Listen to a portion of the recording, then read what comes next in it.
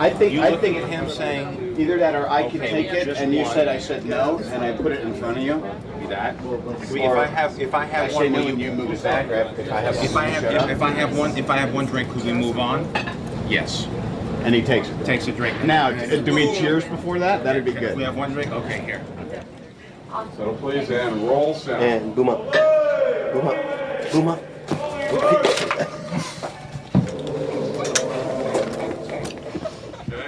Okay. Ready and action.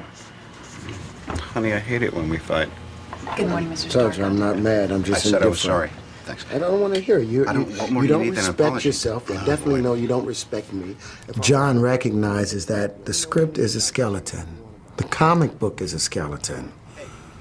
You know, what we are creating is real life, so he allows it to grow and to improv and to become something alive and three-dimensional. I want to be fresh. I know what I'm doing. I live for this. This is business travel. I don't got a throttle between my legs going, you know, what? hopping Just from do my... what you want to do. Just leave me alone. Join me. One drink. To business. I said no. To the future. To the Air Force. Will it get you to shut up? About the time that we cast Robert Downey Jr., I was thinking about the house and trying to figure out what kind of design it should be. And even though we had decided on this kind of angular, flat, metallic, hard-edged look, the idea that Robert Downey Jr. has he comes with a certain vulnerability with him, and it may sound strange, but we redesigned the notion of the house after casting him. I thought that he would be more suitable in something that architecturally mirrored who he was, a little softer inside, a little bit more susceptible, a little more vulnerable. There was a certain vulnerability about him, so I thought round is nice, and it's more elegant, and it just seemed a little bit more womb-like. The first half hour of being in the Iron Man suit is like the coolest Halloween you ever had, except you're alone in the trailer before they call you on a set or whatever, or you're getting ready and you just catch a glimpse and you go, that's right, Grandma'd be proud. And then, because it's not really, it's designed for guys to wear, but I'm not a stuntman. And most of the stuntmen aren't doing, 65 scenes in the next 3 weeks. Most of them are young enough to not have a teenager at home.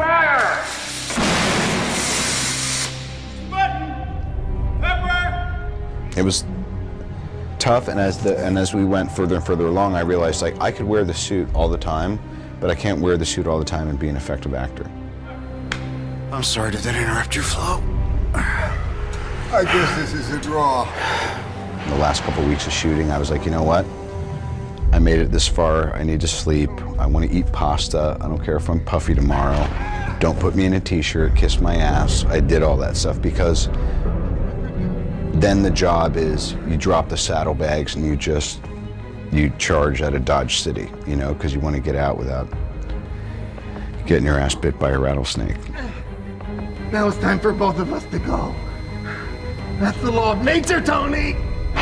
Oh!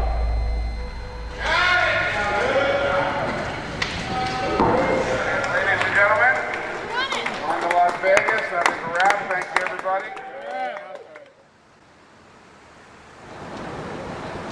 Here we are out in front of Caesar's Palace, the third movie I've done here. And we're exhausted. We're doing a death split, which means you start at midnight and go into the next day. We tried to turn around. Everybody stayed up as late as they could, gambling and partying last night, and tried to sleep all day. I, for one, was not able to sleep all day, and I have to act and direct today. So this could all go to hell in a handbasket on our last day of principal photography.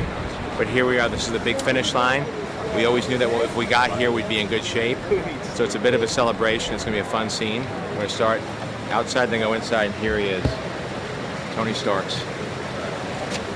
Tony Stark. I was just saying, we don't need sleep. We got talent. That's right.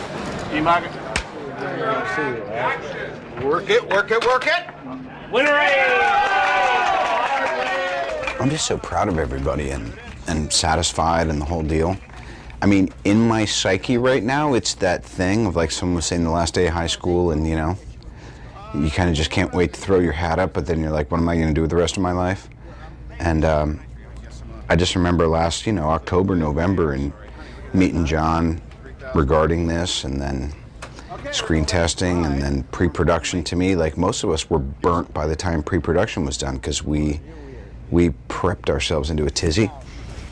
And then there's starting in the first 2 weeks in the cave, and then going to Lone Pine, and then it was Air Force Base. I mean,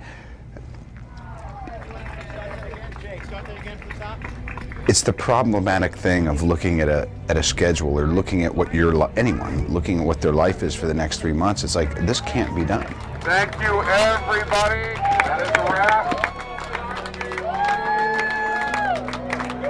Every movie has its trials and tribulations. We did encounter a snowstorm in the middle of a desert in the cave scene, which was very odd. We did have sets that blew away and blew down, but it actually, the movie gods were with us most of the time.